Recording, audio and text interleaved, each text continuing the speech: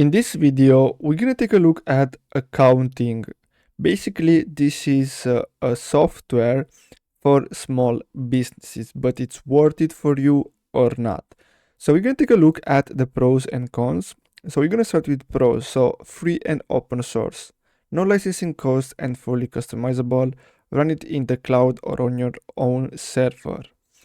They offer essential features like invoicing, expense tracking, inventory, multi-currency, basic reporting, all included. User-friendly for non-accountants, simple interface and easy onboarding. Now we're going to take a look at the cons. Now as you can see, missing key accounting tools, so no double entry by default, requires paid add-on for balance sheet, cash flow, bank feeds. Limited support and stability, so community-based support only, bugs and lack of timely fixes reported. Users describe it as buggy and cite horror stories with add-ons. So these are some pros and cons.